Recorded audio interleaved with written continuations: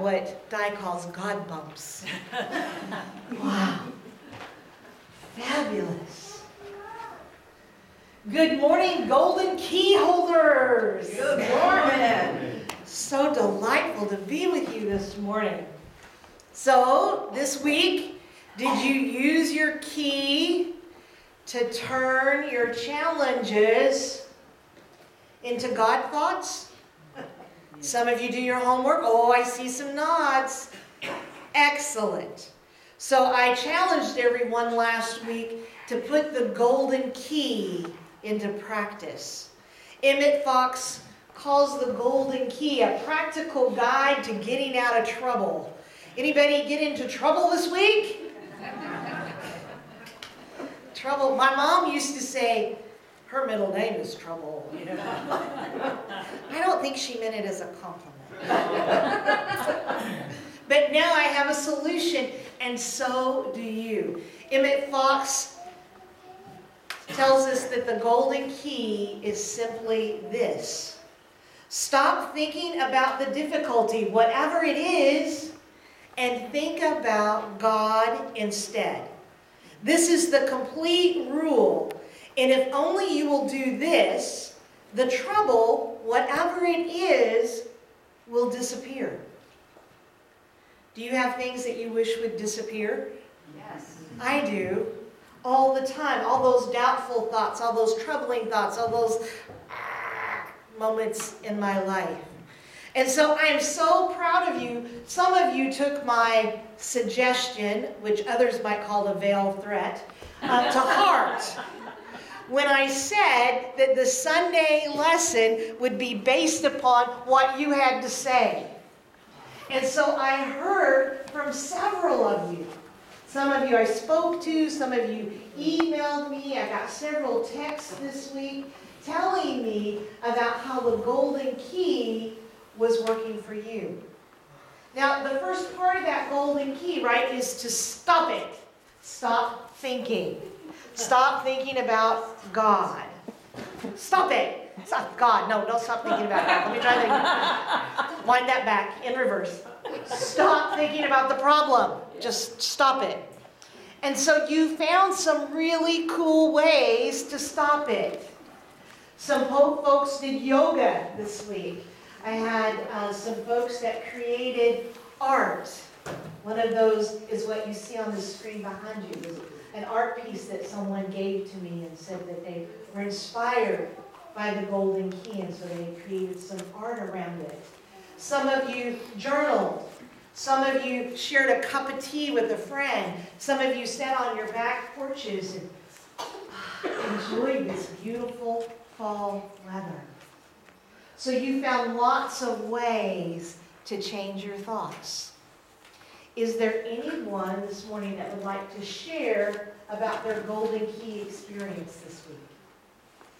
Anyone have anything they want to share? Bob.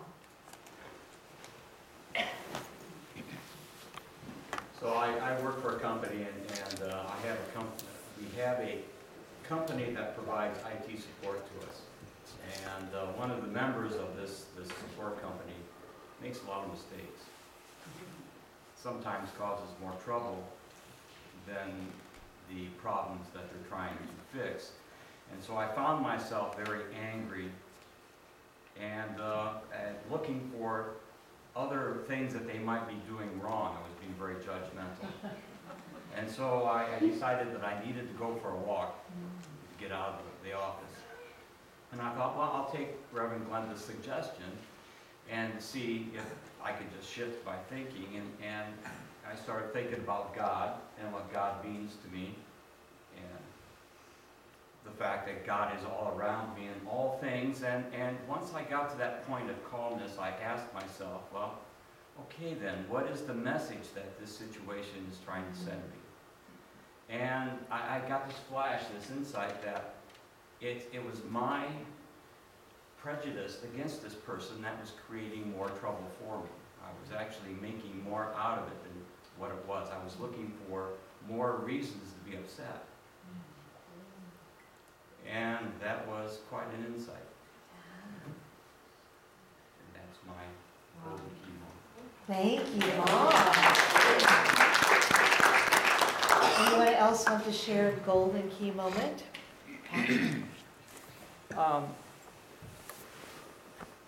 I haven't read a lot of it because I read very slowly these days. I have a health challenge that scares me because it's progressing. And after I read just the preface and the introduction and the first section, what I did was release the fear. And I figure it's something I can't control, but God can. And so I'm leaving it to God and not dwelling on that. And what if it gets worse? So. Thank you, Pat.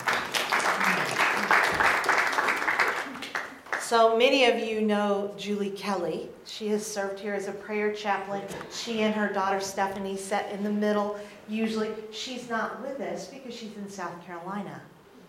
So what you may not know is that in the past year, Julie lost her granddaughter Sienna. She was 3 days old.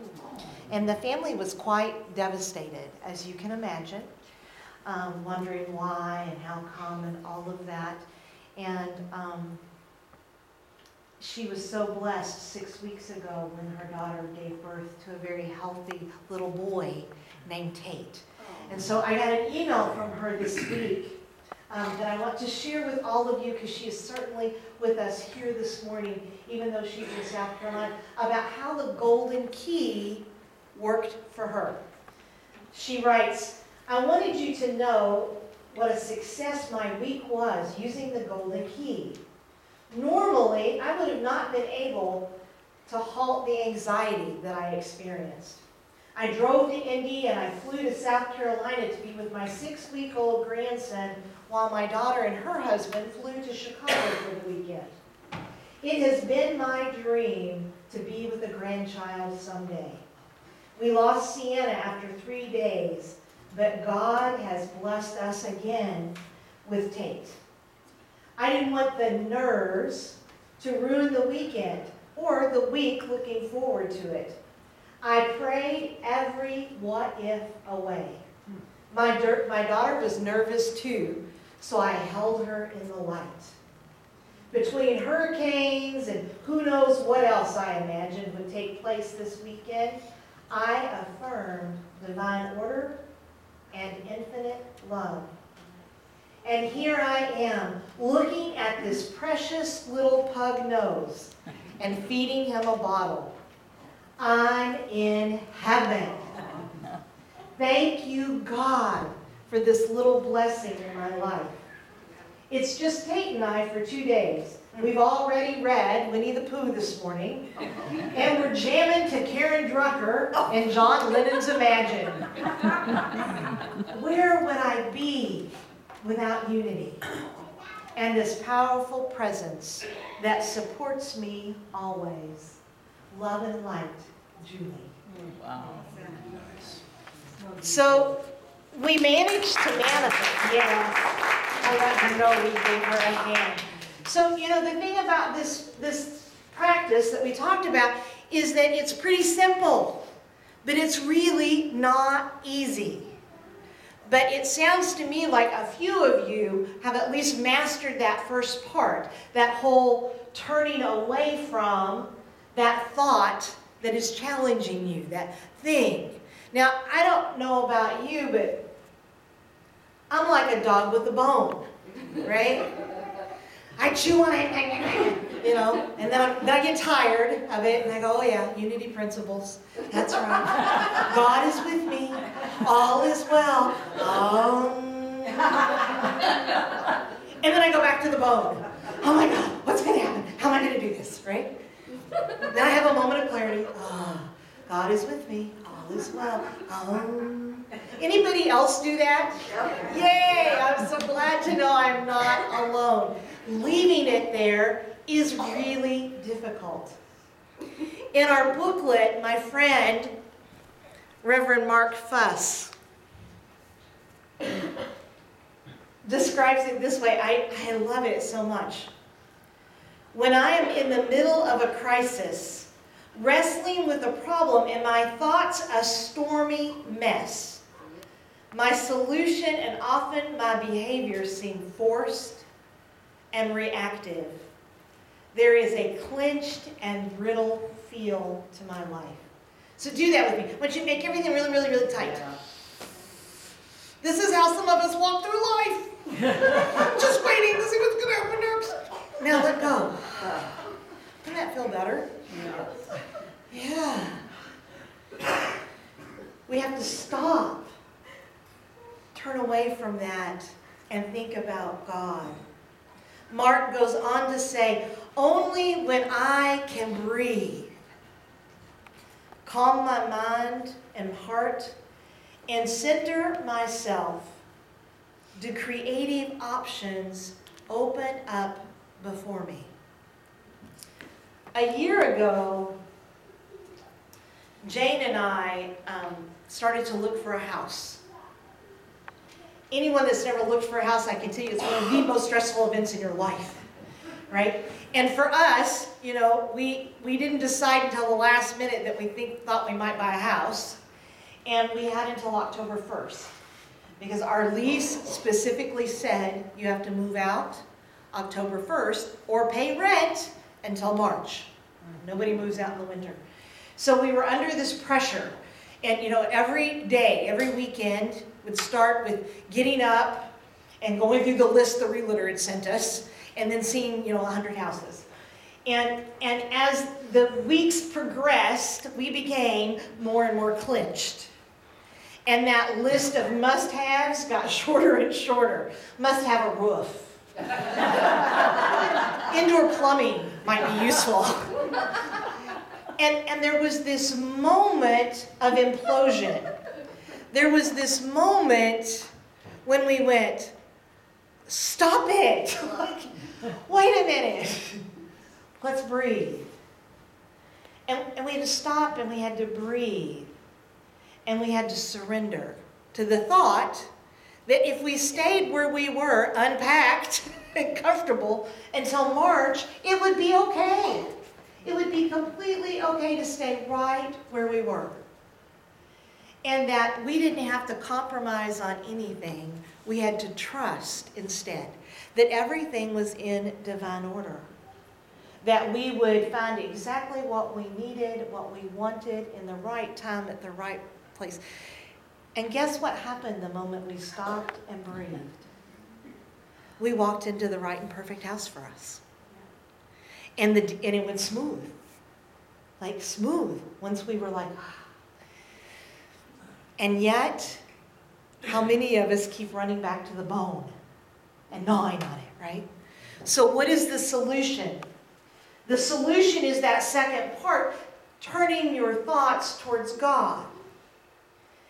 Emmett Fox suggests that the way that we do this is by constantly repeating a statement of absolute truth.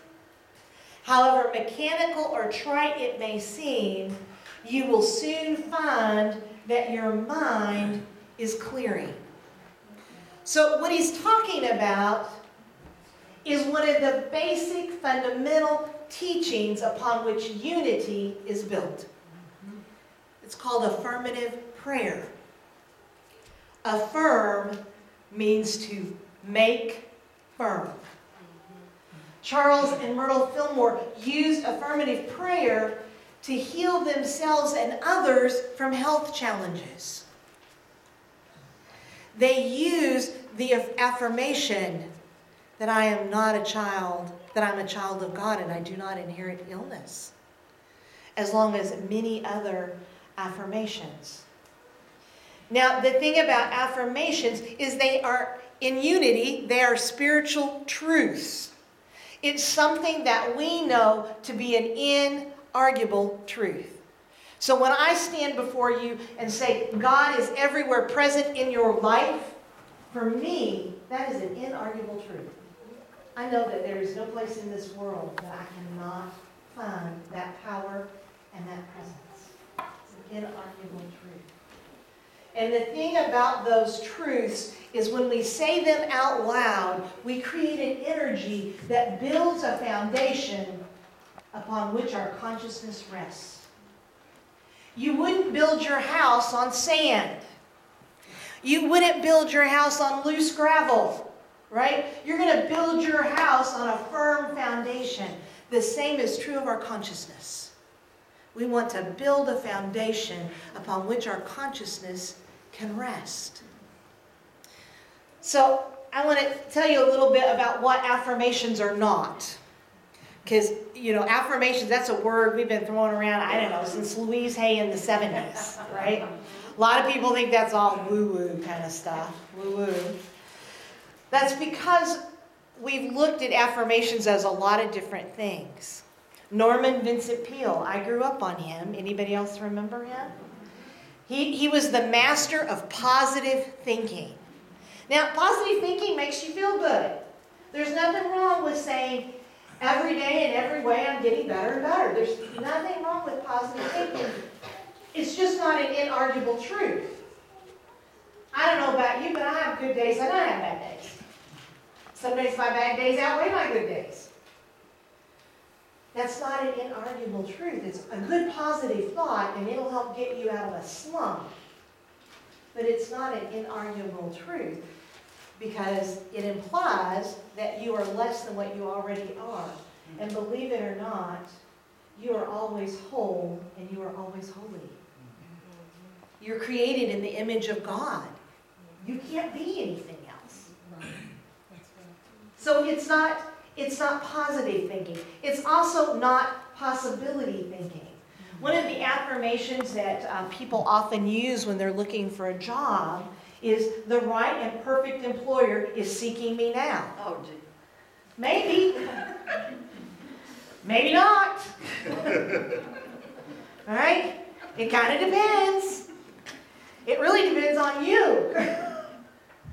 Again, a nice thought, a nice possibility.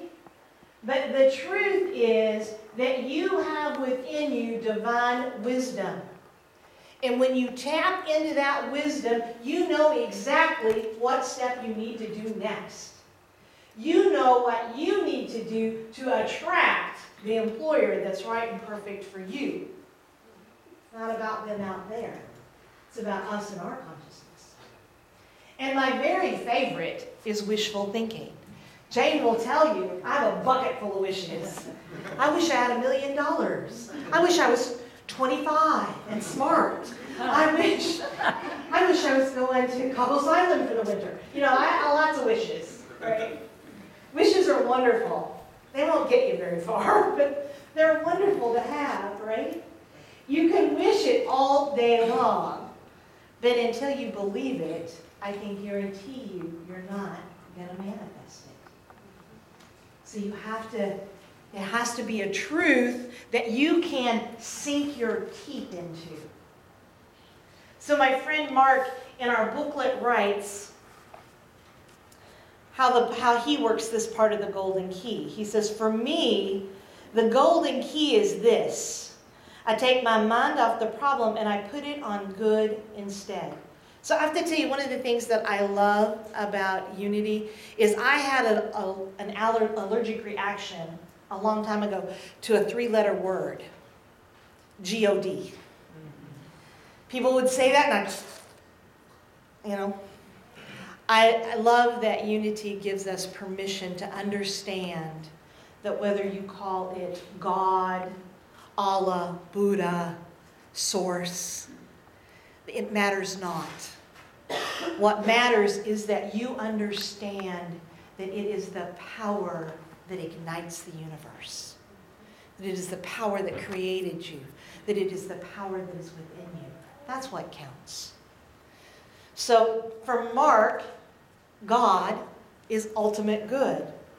He says, the good in which I live and move and have my being. I allow gratitude to flow over and through my being with my attention and my consciousness on good. On good. So focusing on that. And that was one thing that each of you shared, and I think you certainly heard it in Julie's email, was the gratitude. The gratitude for the group of people that you're surrounded by. Gratitude for the individuals who have touched your life. Gratitude for your life was an underlying theme, focusing on good. So now it's your turn. Remember I said that Sundays is now a laboratory? That this is an audience participation kind of month? And so I want you to take your bulletins out and turn them on the back where it says notes. Grab a pen. If you don't have one in your pew, tap on your neighbor's shoulder. They'll hand you one.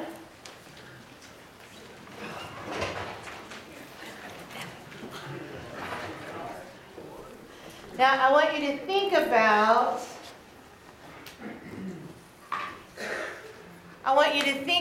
a particular person, place, or thing in your life that's challenging you right now. Something that is taking your mind off of God, off of good, and into that other place. And we're going to create an affirmation. You are going to create an affirmation around that. So just a couple of suggestions that come from Reverend Linda Martello-Whitsitt, who wrote the book, How to Pray Without Talking to God, one of my favorite books. The first thing she says is to use specific words that clearly describe the truth arising in your awareness. Everything that comes out of your mouth has an energetic vibration. And some of us are really powerful manifestors, and thank God for friends who remind us that we are really good manifestors, so we better watch what we're saying. Because it's liable to come true whether we think it will or not. So you want to use words that are arising in your consciousness. What is it in you that you need to wake up to face this situation? Is it understanding? Is it compassion?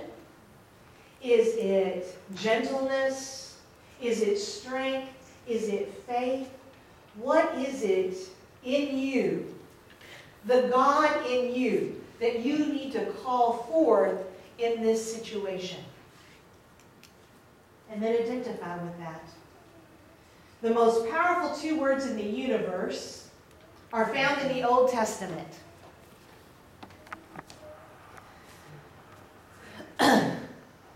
When Moses says, "Who shall I say sent me?" And what is the answer? I am. I am that I am. So every affirmation begins with I am. It is your declaration of truth. The second thing is you want to employ potent language. I love this. So Charles Fillmore, in the last year of his life, wrote one of the most potent affirmations that any truth student will ever hear. And it is quoted all the time.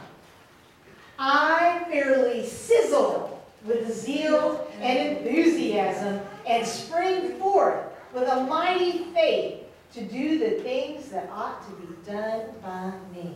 Can you feel that? That zeal? Now, what if he had just said, I am alive with divine energy and I have the faith to do what I'm called to do? Really doesn't sound as good, right? And it probably wouldn't be quoted as often. So use potent language when you write your affirmation. Third, reach for the most accessible truth.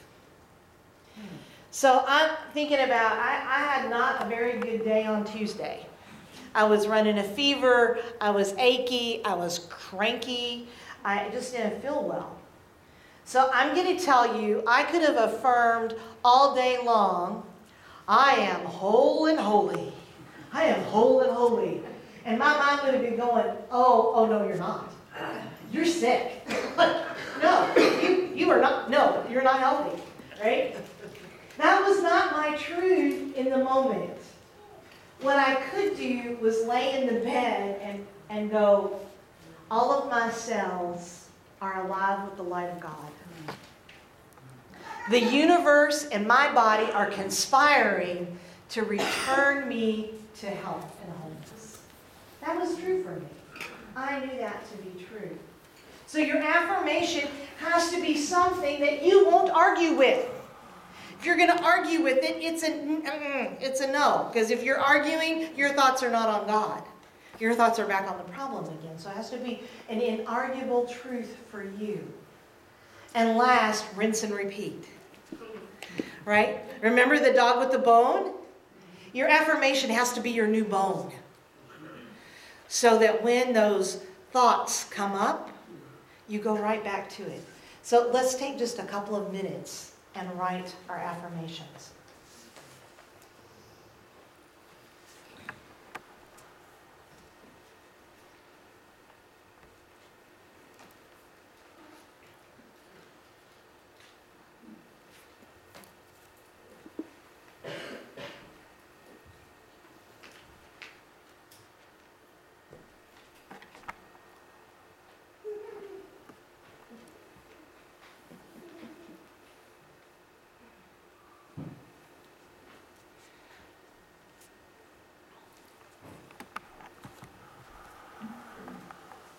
I am an expression of joy, giggling with the birth of God.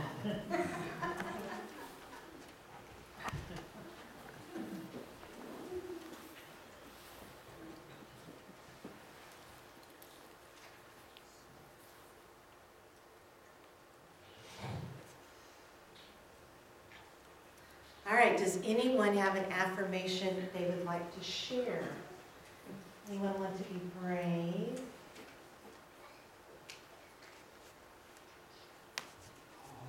Oh, good. So the correct response from a community of unity is, and so it is. That anchors it and lets the person know that we support them. Lois. All right. I am at peace and serenity about the will of God for my Father. And so it is. Thank you. Anyone else want to share their affirmation? Awesome. I am divine wisdom guided by source.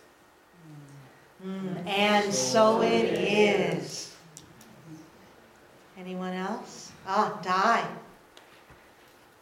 patiently pensive and open to all solutions. And so it is. Anyone else? All right, so I'm going to leave you with these words from Philippians 4:8.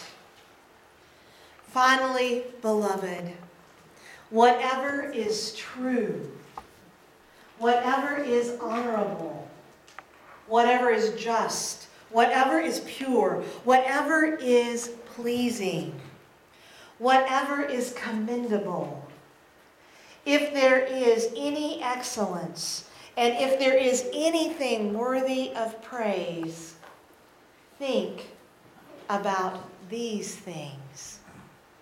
The short version, golden key it with infinite love and gratitude. Namaste.